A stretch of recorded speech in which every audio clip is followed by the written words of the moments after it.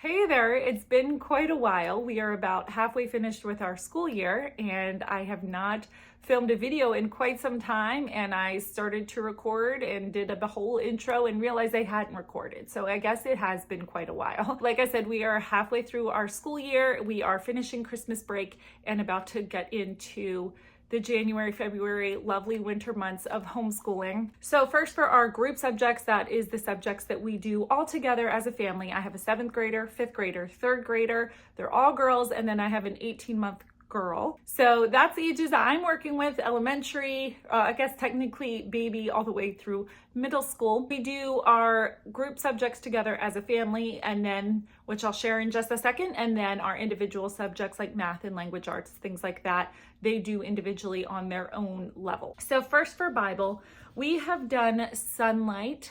Sunlight is a literature-based curriculum, and it has history, Bible, and literature all grouped together as one. So I have just been using their recommendations for our Bible course, and then I've added more of my own. I should clarify, the level that we're doing is level E, which is American history, the second part, so modern American history, and that's for ages 5th grade to 8th grade. So Sunlight recommends this. It's a devotional called Starting Strong, and it's 3 books in one. So the first one, they focus on Peter. The second book, they're focusing on friendship, and we haven't gotten to the third one. I'm kind of breaking it up a little bit. It's going okay. We've had some good questions and answers and things like that, but I'd say it's pretty basic. And then the other one that we're doing is we did the Case for a Creator. We are finishing A Case for Christ. I wanted to finish it before Christmas, but we didn't get to it. So we have like maybe 1 or 2 more chapters. And then in the spring, at some point, I'm going to see how I'm going to be able to fit this in. We will do A Case for Faith. My girls like these. One of them doesn't like these Case for Christ series, but I'm like, well, you know, I'm sorry if you don't love it, but it is interesting. These are all apologetics books. I'm sorry, not that. These are apologetics books, proving creation and proving Christ's existence. And then we haven't gotten to the faith yet, but we'll get there. Another couple things that I added on our own is this indescribable and 100 questions and answers for kids. These are just like very kind of quick and to the point, just kind of gives tidbits of information and then some questions at the end that we can answer. This one I do around the world. I got this a couple years ago and I had intended to use it, but I just never got to it. This is Letters from Children Across the Nation. So we will read a letter from a child, and this is from the Daily Grace Co. So we will read, this child is from Morocco. We will read their letter. Oh, my bookmark just fell out. And then they have prayer requests, so specific things that you can pray for about the people of Morocco, and then discussion questions. So how we break all this down, I don't do all of this Bible every single day, or else like that's all we would do. I would do this on Monday, and then we pray for that country Monday for the whole week.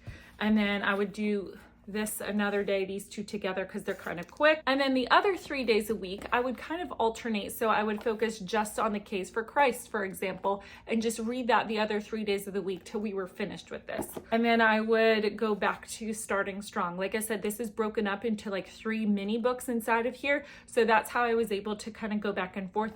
How they say to do it is once a week read this, but I had found that we were kind of forgetting what we read from last week, 1 chapter. So to me, it was easier when we were just reading all of this together. And then something that I added, so this is where I'm like in a predicament, because I'm like, how am I supposed to add all of this stuff together? But if you've seen any of my content, or specifically like morning basket stuff for the past couple years, then you might have seen that we have done the Apologia Who Am I series, or What We Believe series, I guess that's what it's called. So the first volume we did is Who is God? The second version is, we did last year, is Who Am I? And What Do I Believe? Or something like that. And that was a biblical worldview of self-image. And the girls have been begging all year, like the first half of the year, we really wanted to do this one, Mom. Can we please do the next version, the next volume?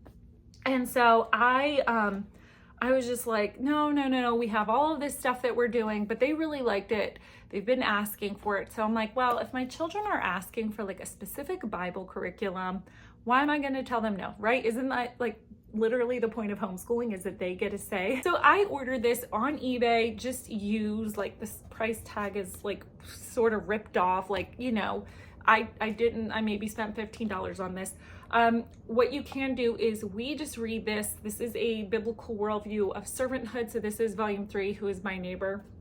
They have, if you're familiar with Apologia, they have lab books to go with this, like notebooks, rather, not lab books, notebooks to go with it that I never get. They have like junior level, and they have, you know, whatever, regular level for older kids. We don't get that. I find that sometimes that is just busy work. I just prefer reading this, and then we just talk about it and answer the question, or not really answer the questions, just have a discussion afterwards. You can also get this on audio if you're just like, I can't read anymore.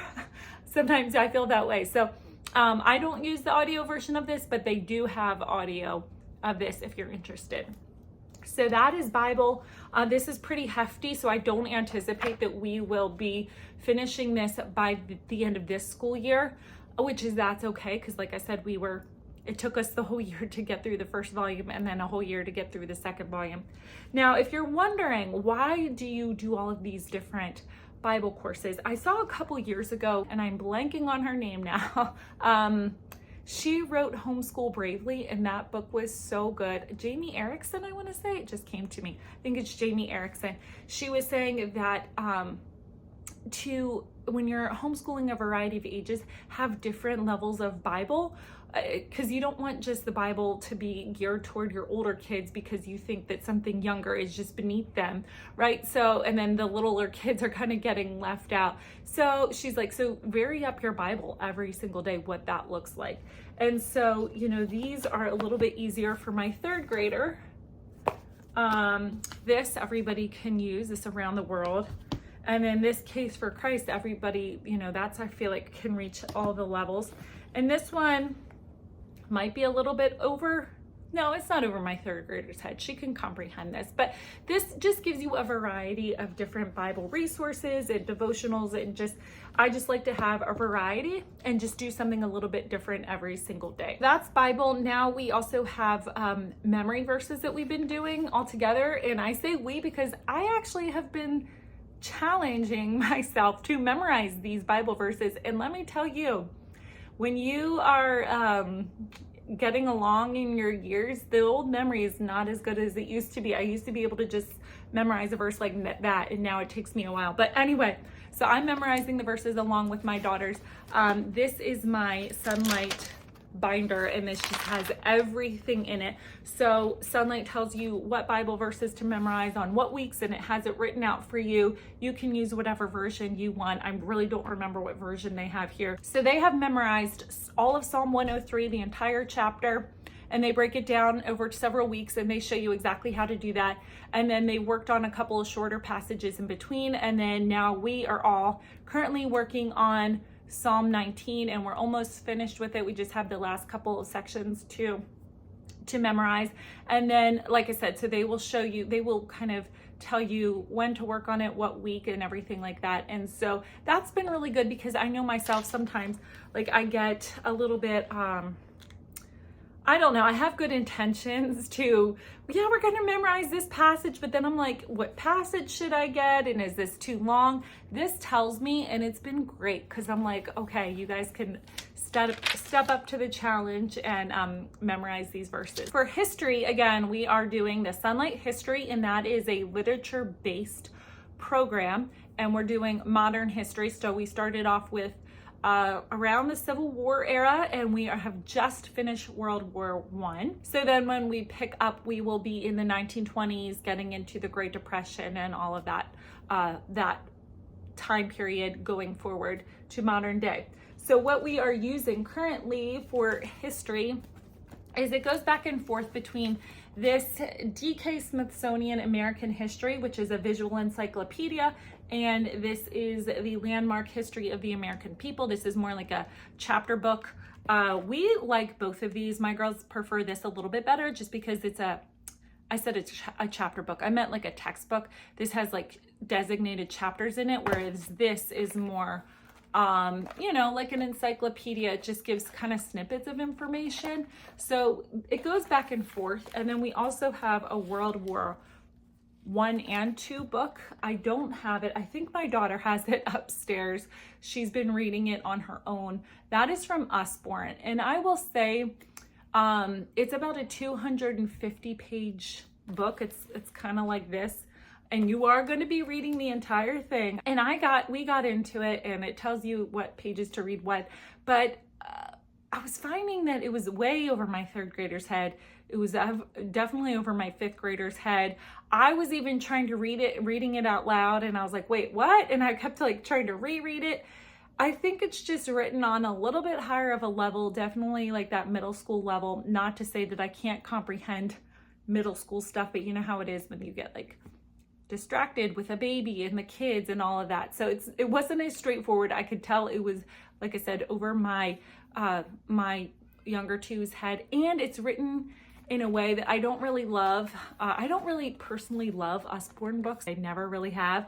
And so when I realized it was an Usborne book, I'm like, okay, that's why it makes sense. I would say it's more into a middle schooler and above range. That's what I think. My opinion, take it for what it's worth. So my middle schooler, she's like, but I want to learn about World War I. So she has been reading that one on her own, and then they cover enough of the basics of World War I between these two that you'll get an idea. And then we watched just a couple short YouTube videos kind of giving an overview. So it's good enough for my third grader for sure, my fifth grader definitely, and then my seventh grader, she's going to be reading more in depth on World War I. And then when we get to World War II, it's going to be the same thing. So I'm just going to call it. So we'll read the information we can out of here, and then I'll let her read that on her own. And then I will read it too in my own spare time when I can think a little bit more clearly and we don't have all the distractions. And then what's really cool about Sunlight is, so you have those history books as your spine, and then it tells you again what to read, what day. It gives maps so you can see where all of this happened. It gives a timeline that you can do so that you can see where it goes, that you can write in with timeline stickers and just write in the information so that you're able to see exactly like, hey, this happened, you know, the same time that this random thing happened. So we really like those two aspects of it. And then it also gives discussion questions at the very end in case you're like, okay, we just read this, but I don't really know where to go from there, or did my kids comprehend this? I like that it asks discussion questions, it gives the answers, and then you can always ask more. And then sometimes it's not just regurgitate the information, but it asks the kids to like think about certain things and, you know, hey, well, what do you think about this? And a lot of times I'm met with blank stares and like, I don't know, you know, but sometimes it does offer good discussion. And so we're really, really enjoying Sunlight so far, like really. And then another thing that it has is read-alouds and readers. So it gives a whole list of historical fiction to go along with the era that you are in. Now, I have found you have the option of 4 days a week with Sunlight or 5 days a week. Now I chose 5 days a week, and so that just gives you more, I think one more history book to read at the very end of the school year and more readers and read-alouds. So I don't know if that is because, maybe you can tell me down below if you've done this 4 days a week, but I find that the books don't really match up to like the time period we're in. For example, like we had been finished reading about the Civil War, but like in our history, but in our read-alouds and readers, they were still having us read from that time period. And it's like we're reading about almost near the turn of the century, and in the readers we're reading about the Civil War. So that doesn't really match up, which I don't really love, but I've been kind of able to tweak the readers and the reading, and we don't do it exactly how they say. Like I've kind of skipped a couple books and added in a couple books. So what I did is, because I'm a good old pen and pencil and paper girl, I wrote down what I want our read alouds to be in the week that we're going to do it, in our readers, and just kind of look just on a little flimsy sheet of paper. And I keep this at the beginning, and so I can know what we're going to read when.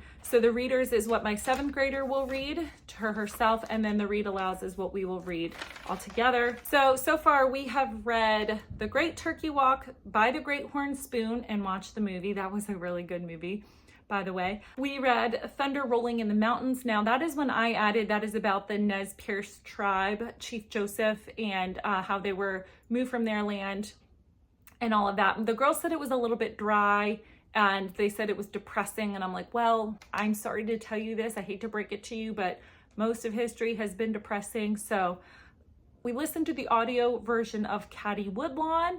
That kind of reminds me a little bit of like a Little House on the Prairie type. We read, let's see, Old Yeller. Oh my goodness, that was good. We read Hero Over Here. That is a World War I book. The little boy, his town has the Spanish flu, and he has to take care of his family while his dad and I believe his brother are over there, fighting over there. And so it's just a play on that song, Over There. By the way, I'm going to link the YouTube video below. I looked up the song Over There because they reference that. And I had heard it kind of in like a folksy, kind of like a upbeat type of song that I never really paid attention to the lyrics. I'll link the video below. It's like live footage of World War I soldiers, and it sounds like the soldiers themselves are singing. Wow, it'll give you goosebumps. It is so patriotic. You have to, the lyrics are there. Pay attention to the lyrics, watch the video. It is so good. It'll make you feel like such an American. Read the comments. There's people from like France and Canada. They're like, wow, I feel so American right now watching this video. It's so good. I will leave it below. And then my daughter, again, these are just the readers. She's read to herself Freedom Train. That is Harriet Tubman. Turn Homeward, Hannah Lee. She's read Shades of Grey. She's read Sing Down the Moon. That was the a Native American story, kind of the same like Thunder Rolling in the Mountains, but my daughter said she liked that one a little bit better. And that was the one that was recommended by Sunlight. My other daughter in 5th grade read Prairie Lotus. She really loved that book and did a whole book report on it. It was about this girl from, I believe, California, and her mom was Chinese and her dad was European descent. And so she moves to a new small town and they don't accept her because she's half Chinese. And so she read about that one and she really enjoyed that one. It's called Prairie Lotus. And then my 7th grader, she's reading just the textbook of World War I. I was going to have her read about the Wright brothers, but I was like, you know what, instead of reading about the Wright brothers, you can read the textbook on your own so that you don't miss the information, because she preferred to read about World War I over the Wright brothers. So we didn't do the Wright brothers. And there's one or two that we didn't miss. We kind of swapped out. Just some read alouds that we have done this year are the Boxcar Children. Or actually, we read the Penderwicks. We listened to the Penderwicks. That was really cute. Although it did feel like it kind of got a little bit draggy towards the end for me personally, because we were listening to it, but my girls loved it and they want to listen to the entire series. So the Penderwicks is about 4 sisters, and they could really see themselves in the sisters because there's four of them. And they're about the same age as my girls. So they could really relate to that a lot. And so it was a very cute book overall. We read Mary Poppins.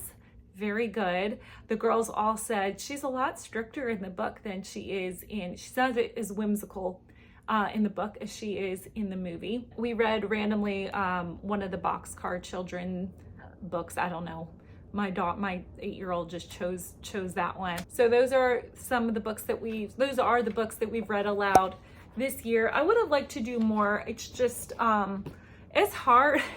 It's hard with so many different age groups or age ranges and the baby, and then you're reading for history. And it's just hard to fit it all in. And then you're going from here, there, and yonder to different activities and co-op and things like that. And so it can be tricky sometimes to just have everybody sit down and read. But I feel like we're doing pretty good with that so far. Okay, then I gotta wrap this up because this video is getting terribly long. and I don't want you here forever. I have our just extras that we're doing. So this is how to read a poem. This is from Sunlight. This comes with it.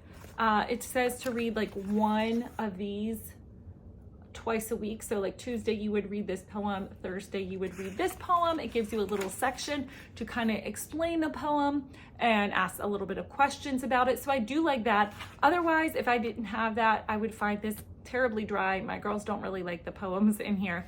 And so I wouldn't just get this on my own. The only reason is because, like I said, Sunlight has a section where they kind of explain the poem and we'll ask some questions about it. So again, that's supposed to be twice a week. I just do that once a week and I just combine the two. We do the thinking toolbox. This is great. Critical thinking, very sorely lacking in our country.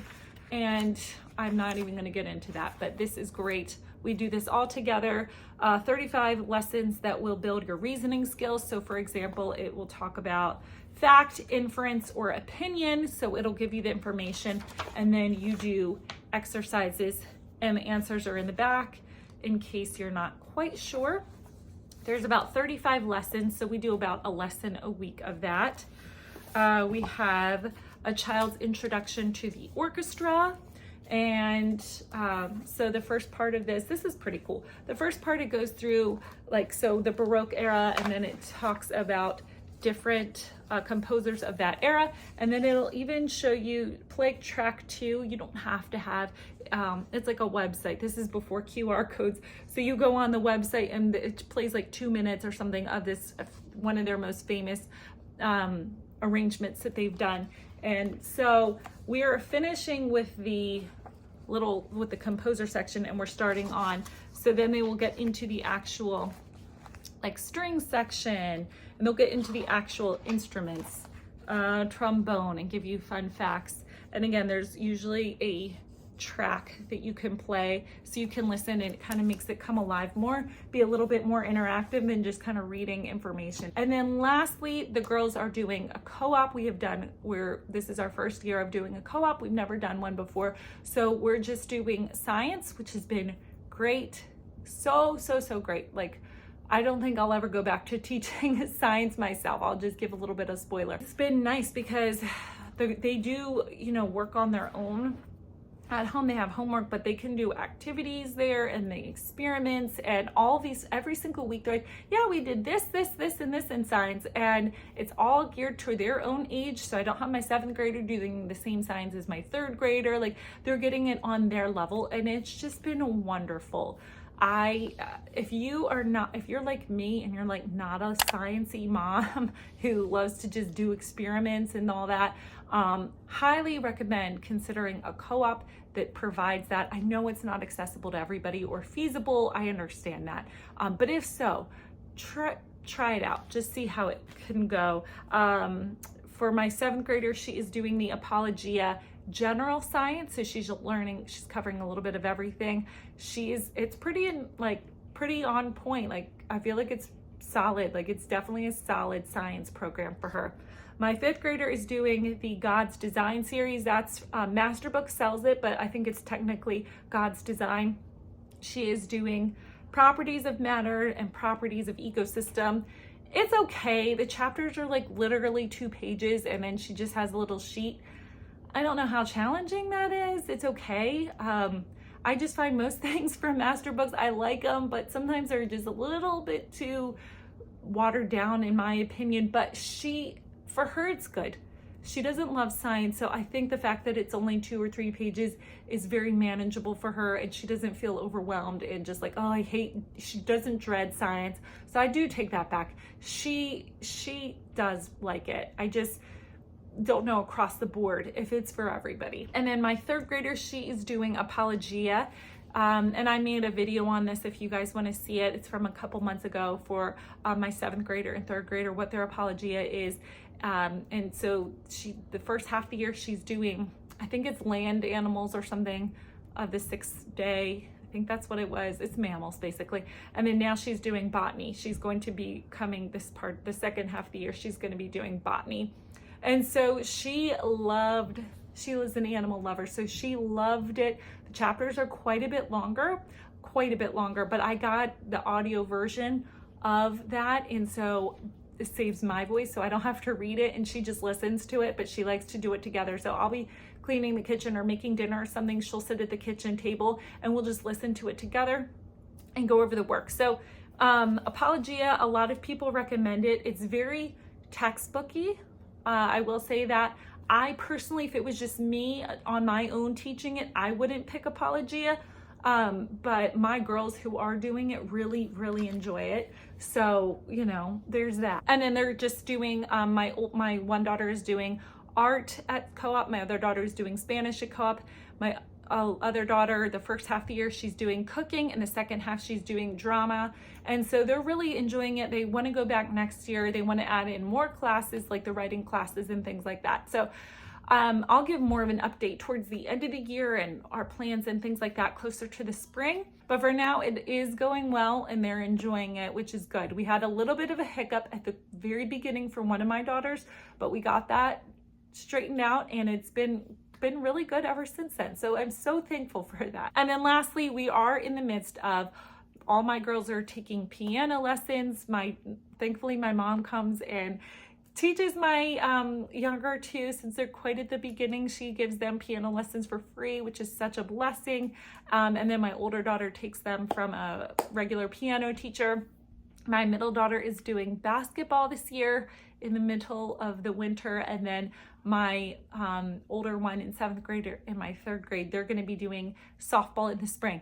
So they are keeping me busy, even though it's only like piano for them, and then one is doing a sport and then the other one.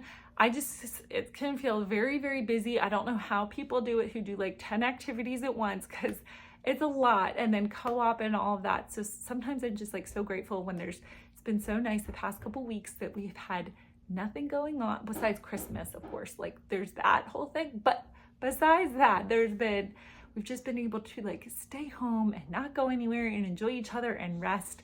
And it's just been glorious. Let me just say that. So that is all. That is our mid-year homeschool group subjects update. And I will come out with a video because this video is long enough, I'm going to share their individual curriculum, how it's going with BJU Press, how it's going with the Good and the Beautiful, their math, their language arts, all of that. And I will share like if we change things or tweak things or update it or anything like that. So stay tuned for that. That will be out very soon. Again, I thank you so much for being here. I hope you have a happy new year, and let's get started into the lovely winter months of homeschool, which can be pretty crazy, but we got this.